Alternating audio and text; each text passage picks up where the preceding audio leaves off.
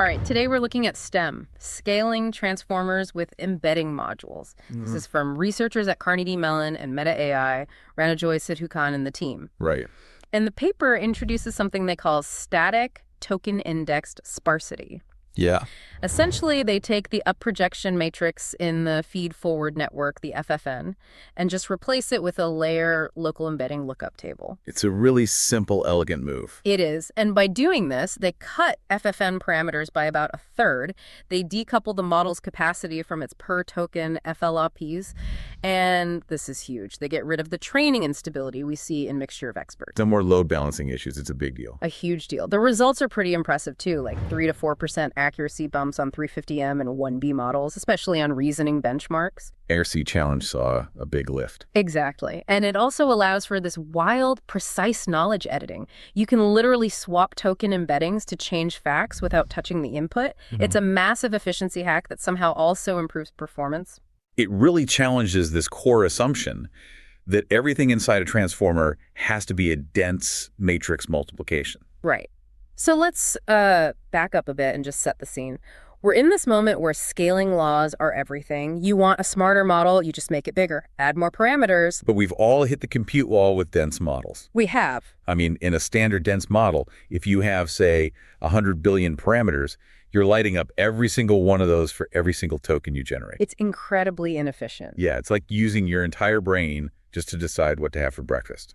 So the big pivot in the industry has been towards sparsity, specifically Mixture of Experts, or MOE. We see it everywhere. Mixtral, Grok, GPT-4. And the idea is solid. You break up your big feed-forward layers into smaller experts, and then a little router decides which couple of experts to use for each token. So you get the knowledge capacity of a huge model. But the inference cost of a much smaller one. Oh. But, and this is a really big but, MOE comes with a lot of baggage. Okay, let's unpack that baggage. Because on paper, MOE just sounds perfect. What's the catch? The catch is, well, it's mainly system complexity and just plain old training instability. First, you have the routing problem. Right. Training that router is a total nightmare. You often get these load balancing issues where the router just, falls in love with one expert and sends everything to it. A collapsed routing problem. Exactly. So you get one expert that's completely overworked and a bunch of others that are basically dead weight. They never learn anything. Precisely. And to fix that, researchers have to bolt on these complex auxiliary loss functions to force the router to spread the love. So now your main goal of predicting the next token is actively fighting against the secondary goal of just keeping the architecture running. You're fighting the model's own gradient. And that's just training. Inference is a whole other world of pain. If you're on multiple GPUs, you have this massive all-to-all communication overhead. Shuffling tokens between all the different devices to find the right expert. Right, it adds a ton of latency. And interpretability is what? Basically zero? Zero. You have no idea what Expert 42 actually does, right? Is it the grammar expert? Is it the biology expert? It's a total black box. So the STEM paper comes in and asks this really fundamental question. Do we actually need dynamic routing? Do we need a router guessing which parameters to use at runtime? Or can we just use the token itself to tell us where to look? Static token index sparsity.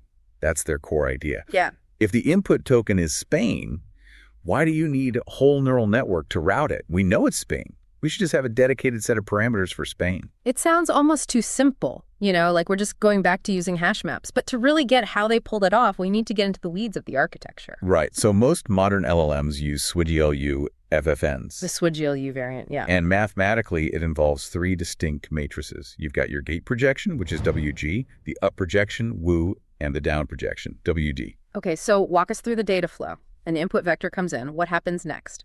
The input vector, let's call it X, it splits and goes down two paths.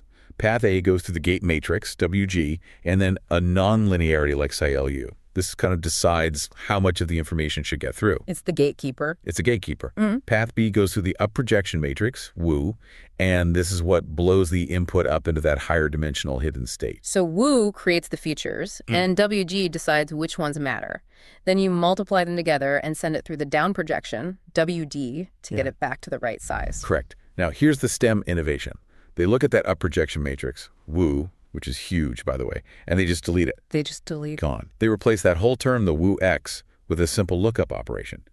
U use a new embedding table, and notice the token ID. So instead of doing a massive matrix multiplication to figure out a vector for the word Spain, they just look up a pre-learned vector for Spain in a table. That's it. But hold on, this is where I get a bit skeptical. Yeah. In a normal transformer, that up projection is working on the contextualized embedding of the token.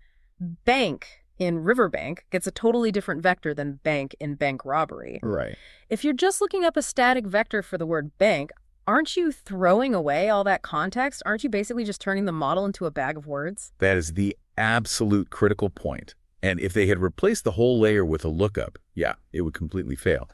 But they kept the gate projection, WG. The gate is still a dense matrix. Yes, the gate matrix is still operating on the full contextualized input, X. It still sees the entire sentence. So if the sentence is about a river, the gate matrix activates in a very specific way. So the static lookup provides the raw content of bank, all its possible meanings, and then the gate comes in and suppresses the, say, robbery dimensions and amplifies the river dimensions. That's really clever. So you're separating the content from the context. Exactly. The definition of the word is static, but how you use it is dynamic. Right. And they actually ran ablation studies on this. They tried removing the gate instead of the up projection, and performance just cratered. You absolutely need that dense contextual path.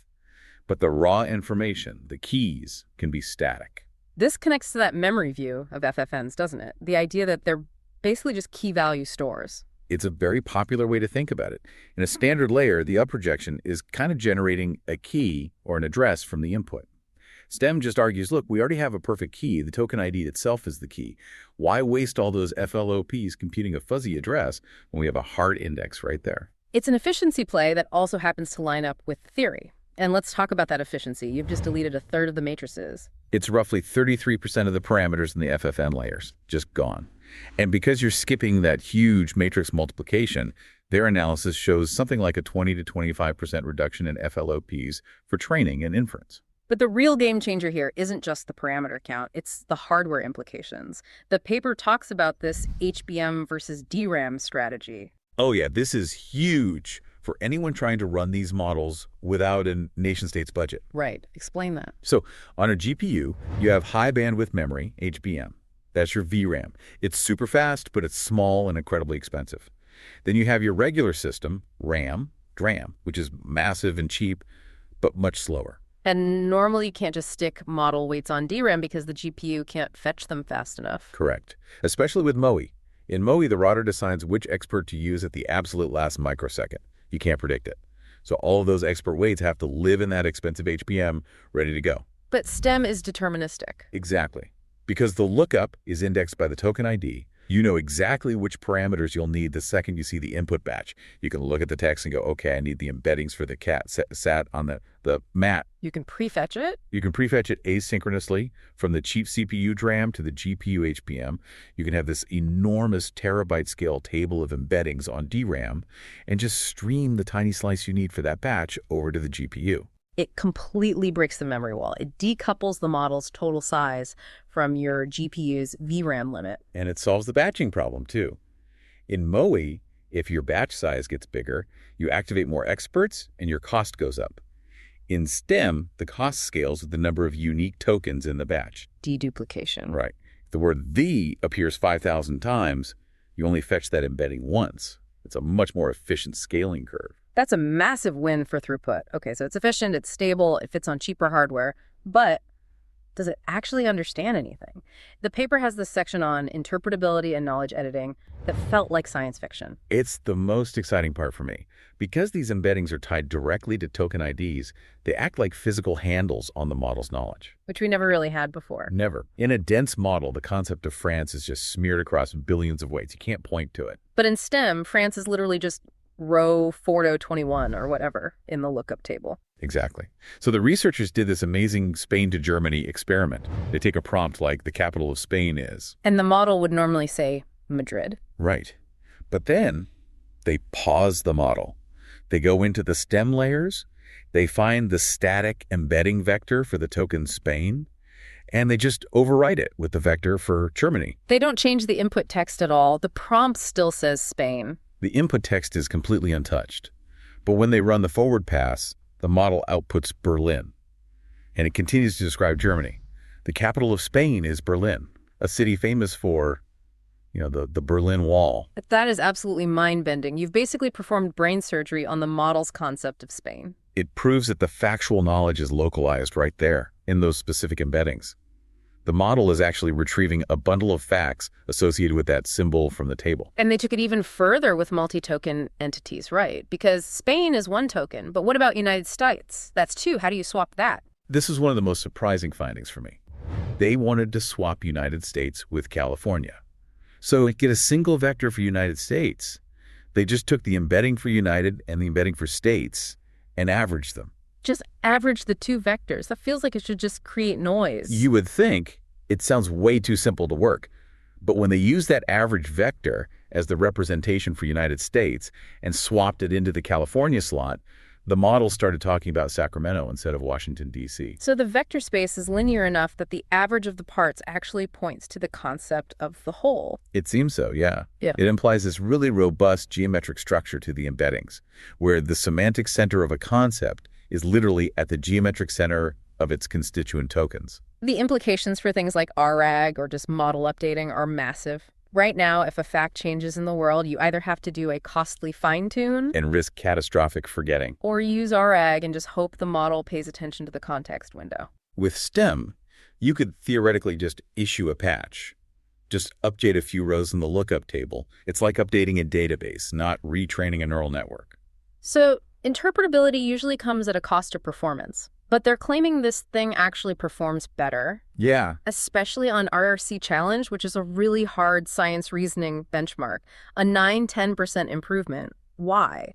Why does a lookup table reason better than a big matrix? The authors argue it all comes down to the geometry of embeddings.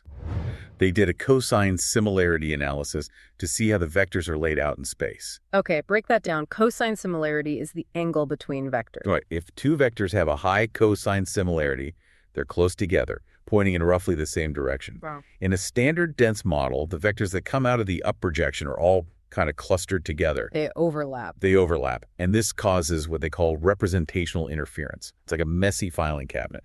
You try to pull out the file for physics, but you accidentally grab a bit of the philosophy folder next to it. Concepts are bleeding into each other. Exactly. The model is trying to cram too much information into a shared space. But in STEM, the learned embeddings are almost orthogonal. They have a huge angular spread. They're very far apart from each other in the vector space. So it's a very tidy filing cabinet? Extremely tidy. Every token has its own distinct dedicated slot. There's almost no crosstalk. And that means when the model wants to retrieve a fact about, say, gravity, it gets a really clean signal, unpolluted by other concepts. That makes a ton of sense. Clearer memory leads to sharper reasoning. Now, one more thing. Context length. Everyone is pushing for million token windows. How does a lookup table hold up when you feed it a whole book? This is another surprising result. It actually gets relatively better than the dense baseline as the context grows. Really? How does that work? They call it test time capacity scaling. Think about a dense model. Whether your input is one sentence or 100 pages, the number of active parameters is identical. The model capacity is fixed. But with STEM, the number of active parameters, the number of embeddings you pull from the table, depends on the vocabulary diversity of the input. A short context uses a small slice of the model.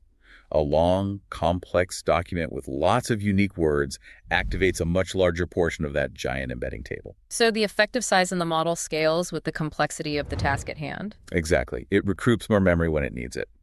In their needle and haystack tests, STEM's advantage over the dense model actually got bigger at 32K context. That's a fascinating property. It's like dynamic allocation of brain power. It is. Okay, let's talk ROI, return on investment. At the end of the day, compute costs a lot of money. Is this actually worth it? The paper is very direct about this. They define ROI as model accuracy divided by training FLUPs. So performance per dollar? Basically, yeah.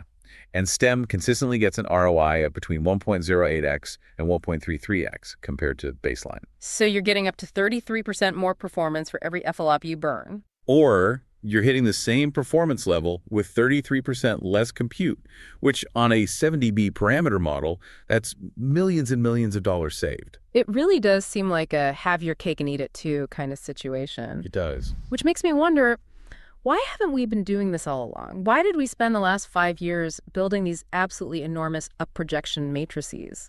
I think it's a cultural bias in deep learning. We have this deep-seated belief in end-to-end learned dense computation.